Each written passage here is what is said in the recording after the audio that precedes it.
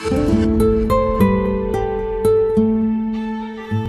I'm Kelly Kierans, President of Celtic Testing Experts, and I'm pleased to have John Trainor here, the CIO of Aaron's, on this beautiful day. Thank you for joining us. My pleasure. Great to be here. Yeah, great.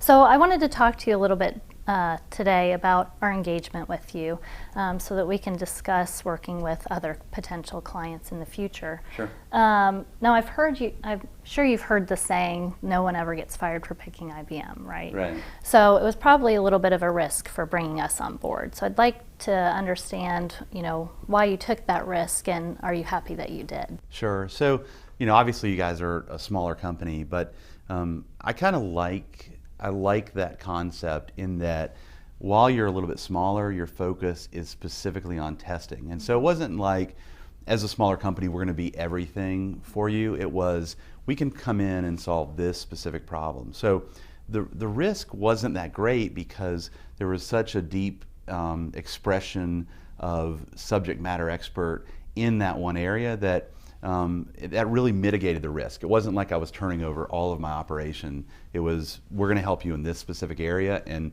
we have a great track record doing that. Okay, excellent. Well, good. Now, when I am out there talking to potential clients, there's always the, I've already got a lot on my plate, I'm waiting for the right time sort of Sure. thought. So, I know when we first started talking to you, it was, let me figure out which project to work on. And what would you say to those CIOs? When is the right time to engage a company like ours? There's no right time ever. One thing I've learned in the CIO role is it's a pretty messy role. There's so many things going on, and every day there's a new major project that is going to hit you.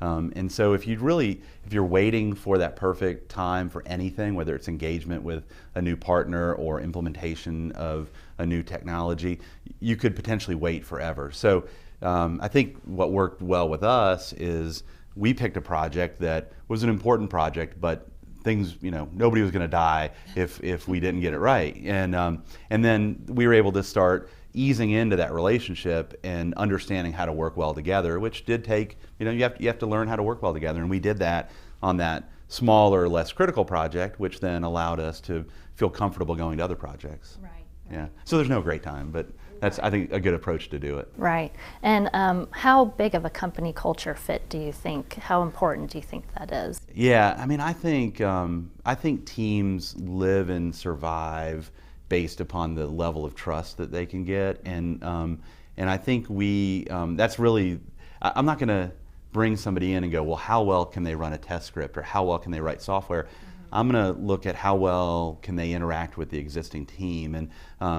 with what you guys did at the team level, but then also with the executive engagement every month to make sure that everything's on track. I felt like we were able to engender trust and keep the teams happy and productive. Okay, good. Because that's part of our aim, is to become a natural extension of our clients' teams. So I'm glad we were able to fulfill that definitely. For you. Good. It was a pain. You'd asked me to have an executive status meeting, and that's the last thing I wanted to do. But the value definitely was there, and that's why I do it, because it creates that certain cadence where we say, are we doing the right things, and what do we need to adjust, and should we pull back in this area and expand over here? And I thought that was pretty good.